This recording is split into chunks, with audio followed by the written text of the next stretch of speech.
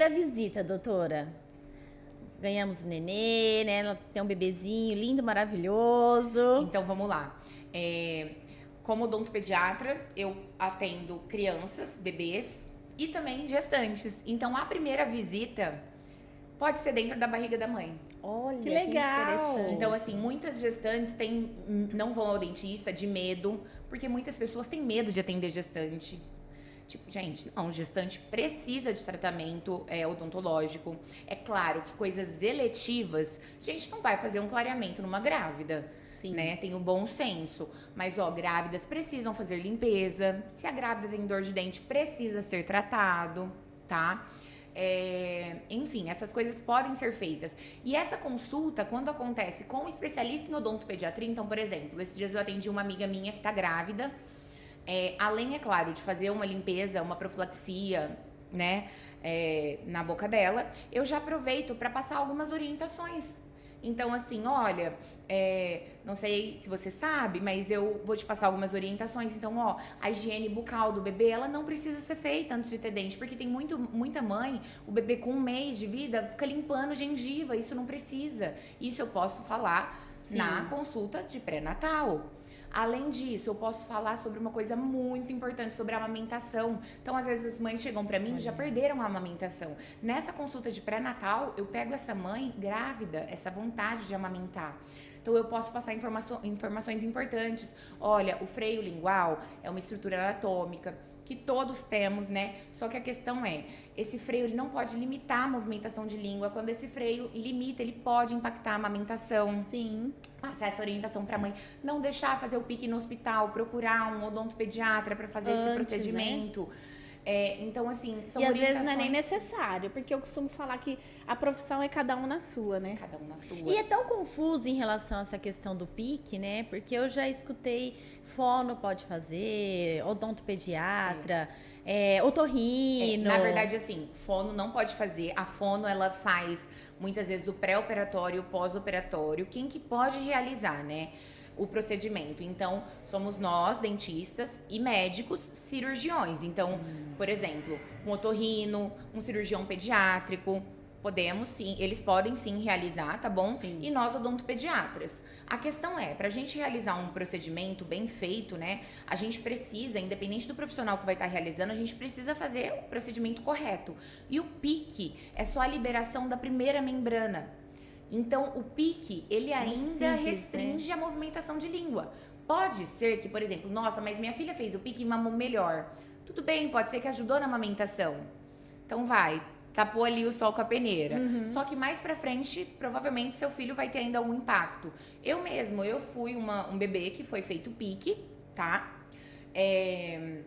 E eu ainda tenho alguns impactos. Mas por consequência do pique? Por consequência do pique, porque sim. o pique, ele não libera a língua da forma que deve ser liberada. Da forma, né, que quando nós fazemos uma frenotomia ou frenectomia, é liberada. Então, a liberação ali total. Então, o pique, ele é só o começo. Então, por exemplo, eu tive problema na fala. Até hoje, às vezes, quando eu falo muito rápido, às vezes eu volto e falo alguma coisa de novo, porque eu me perco. A minha mastigação não é muito boa. Sempre fui seletiva, muito nessa questão de alimentação. Olha. Alimento que precisa mastigar demais, sempre dispensei. E muita gente pensava que era porque eu era enjoada, né? Sim. Mas não, é por conta dessa questão. Então, assim,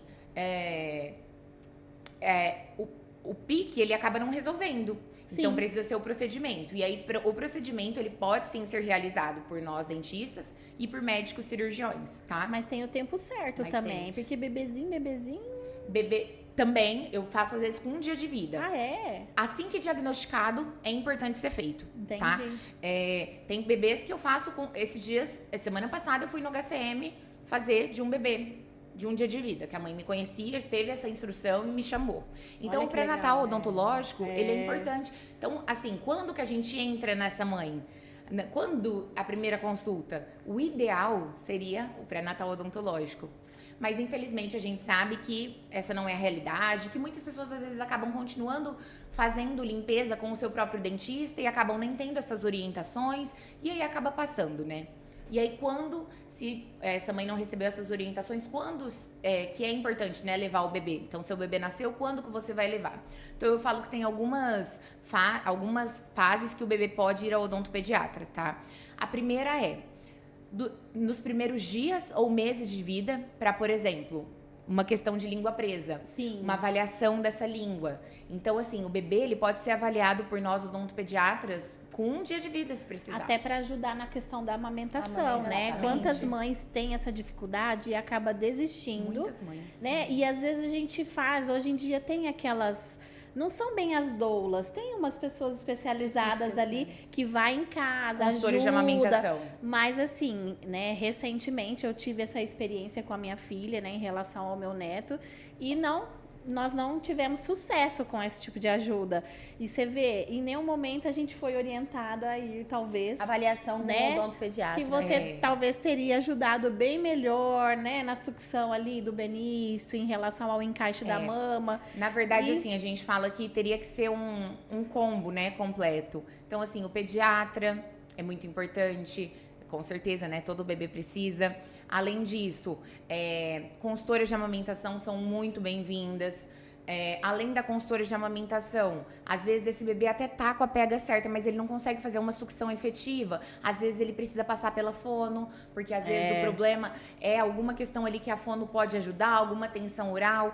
Às vezes é a língua presa, então o odontopediatra. Sim. Às vezes, alguma tensão corporal, um fisioterapeuta. Então, olha quantas pessoas que às vezes entram para ajudar este bebê. Meu filho mesmo foi um bebê que teve pediatra, odontopediatra para fazer o procedimento, fono, consultora de amamentação ajudava, passou na físio, no osteopata, e vai, vocês imaginam. Então, assim, tudo isso. Aí vamos pensar que o bebê não teve, né, não precisou ser avaliado. Então, qual é a próxima possibilidade do bebê ir ao odontopediatra? Antes mesmo de nascer dentinho, então, antes de nascer dentinho já pode ir. Por quê? Porque você já vai receber essas orientações quando esse dentinho nascer, tá bom? Outro momento, nasceu o dente e não foi ainda no dentista. Ir O mais breve possível. quanto antes. Ou em casos de trauma. Então, seu filho caiu, bateu a boca, independente, né? 5 meses, 7 meses, 1 ano, 4 anos, precisa ir ao odontopediatra, tá? E assim, se você pensar, nossa, mas meu filho hoje tem 7 anos, nunca foi no dentista, ir o quanto antes. Então, assim, a gente não tem que ficar... O que passou, passou. O que passou, passou. Levar o quanto antes, tá? Mas essas são as fases. Eu falo que a criança, né, o bebê pode ir. Então, no pré-natal odontológico, nos primeiros dias ou meses de vida, antes de nascer dente, assim que nasce dente, quando caiu, bateu a boca. Então, olha quantas situações, ou o quanto antes. Não esperar da cárie, né? E eu penso assim, Pelo né, amor de doutora, a Deus. questão a frequência dessa criança no consultório é muito menos traumático. É verdade. Com certeza, Né? gente. Então, assim, a mãe já tem o costume de ir, né, no pré-natal, logo após o nascimento. Então, pra ele, é como se estivesse indo num ambiente, assim, Sim. super agradável. Sim.